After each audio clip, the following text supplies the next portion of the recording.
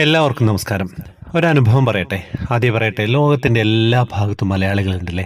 എല്ലാ ഭാഗത്തും കുടിയേറ്റമായിട്ടും ജോലിക്ക് വേണ്ടിയിട്ടൊക്കെ ഒരുപാട് മലയാളികളുണ്ട്. ജോലി ചെയ്യുന്ന, നല്ല രീതിയിൽ ജീവിക്കുന്നവരുണ്ട്, വീട്ടിലേക്ക് പൈസ അയക്കുന്നവരുണ്ട്, സാമ്പത്തികമായിട്ട് എല്ലാവരെയും സഹായിക്കുന്നവരുണ്ട്. അങ്ങനെ ഒരുപാട് മലയാളികളുണ്ട്. പക്ഷേ ഇതിൻ്റെ പിന്നിലൊക്കെ ഒരുപാട് എഫേർട്ടുണ്ട്. നമ്മളൊരു സ്ഥലത്ത് ജോലി പോയി കഴിഞ്ഞാൽ നമ്മൾ പുറത്തൊക്കെ കാണുന്നത് മാതിരി പെട്ടെന്ന് ജോലി കിട്ടി അങ്ങ് സെറ്റിലാവുക എന്നൊക്കെ പറയുന്നത് ബുദ്ധിമുട്ടുള്ള കാര്യമാണ്. കുറേ സ്ട്രഗിൾ ചെയ്യണം. സ്ട്രഗിൾ ചെയ്ത് മാത്രമേ സെറ്റിലാവാൻ പറ്റുള്ളൂ. അങ്ങനെ കാനഡയിൽ നിന്ന് ഒരു അനുഭവം അയച്ചു തന്നിട്ടുണ്ട്. അത് നിങ്ങളുമായിട്ട് പങ്കുവയ്ക്കുകയാണ്. ആദ്യമേ പറയാം, വാട്സപ്പ് ഗ്രൂപ്പിലേക്ക് വരാം. കൃഷ്ണ വിഗ്രഹങ്ങൾ നമ്മൾ സമ്മാനം നൽകുന്നുണ്ട്. അധിക ദിവസവും ഉണ്ട്. അപ്പം ജോയിൻ ബട്ടണിലൂടെ, യൂട്യൂബ് ജോയിൻ ബട്ടണിലൂടെയാണ് വരേണ്ടത്. ഫേസ്ബുക്ക് കമൻറ്റ് ബോക്സിൽ ഡീറ്റെയിൽസ് ഉണ്ടാവും. പ്രിയപ്പെട്ട ശ്രീകാന്ത് സാർ, ഹരിശ്രീ ഗണപതയെ നമ. അവിഘ്നമസ്തു. ഓം നമോ ഭഗവതേ വാസുദേവായ. എൻ്റെ പേര് രാധിക കൃഷ്ണൻ. ഞാനിപ്പോൾ കാനഡയിലാണ്. ഭഗവാന്റെ ലീലാവിലാസങ്ങൾ എനിക്ക് ഇപ്പോൾ കൂടുതൽ തെളിമയോടെ മനസ്സിലാവുന്നുണ്ട്. ഗുരുവായൂരപ്പൻ്റെ തീരുമാനത്തിൻ്റെ ഭാഗമായി ഞാൻ 2024 ഓഗസ്റ്റ് മാസം ഇവിടെ എത്തി. എനിക്ക് നാട്ടിൽ നിന്നും മാറിയത് അത്രമേൽ സുഖകരമായി ഫീൽ ചെയ്യുന്നില്ലായിരുന്നു. ഭർത്താവിൻ്റെയും കുട്ടികളുടെയും അരികിൽ നിന്നും മാറിയത് അനുദിനം പ്രയാസകരമാണ്. കൂടെ ഞാൻ വന്ന സമയത്ത് ഇവിടെ റൂൾസിലുണ്ടായ മാറ്റങ്ങൾ കാരണം ഉദ്ദേശിച്ച ജോലിയിൽ ചേരുവാൻ സാധിച്ചില്ല. എൻ്റെ വിസ സ്റ്റഡി പെർമിറ്റ് ആയിരുന്നാലും പഠിക്കാനുള്ള താല്പര്യമുള്ളതിനാലും എൻ്റെ 1 ഇയർ കോഴ്സ്, ആദ്യത്തെ കോഴ്സ് ഞാൻ വളരെ സീരിയസ് ആയിട്ട് പഠിച്ച് പൂർത്തിയാക്കിട്ടോ. വിസ പ്രകാരം 1 വർഷത്തെ ജീവിത ചെലവിനുള്ള ക്ലിപ്തമായ തുക നമ്മൾ മുൻനിക്ഷേപം നടത്തി മാസാമാസം നമുക്ക് കാനഡയിൽ 11 മാസത്തേക്ക് ലഭിക്കും. 11 മാസം തീരാറായപ്പോൾ എൻ്റെ ആധി വർദ്ധിച്ചു. സാർക്കറിയാമല്ലോ, നല്ലൊരു തുക മാസാമാസം നാട്ടിൽ ലോണിലേക്കും മറ്റും മുടക്കം വരുത്താതെ തിരിച്ചടയ്ക്കണം.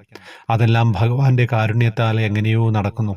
ഞാൻ മേൽപ്പറഞ്ഞ 11 മാസ കാലാവധി തീരുന്നത് 2025 ജൂലൈയിലായിരുന്നേ.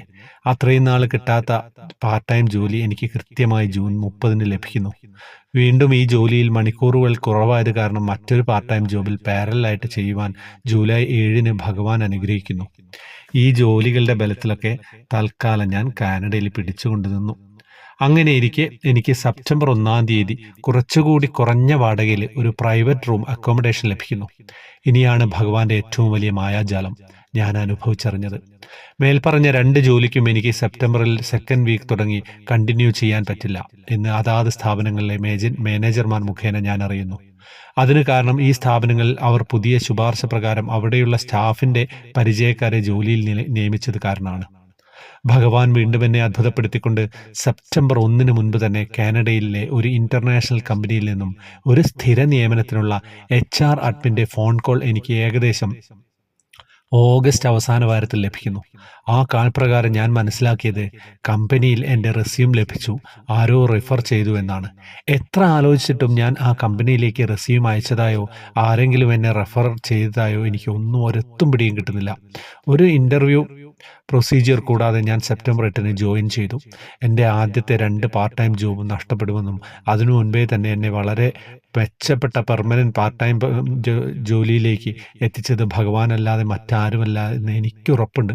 ജോലി സ്ഥലത്ത് പല മലയാളികളും പല ഏജൻസിയിൽ നിന്നും ടെമ്പററി ആയിട്ട് വർക്ക് ചെയ്യുന്നുണ്ട്.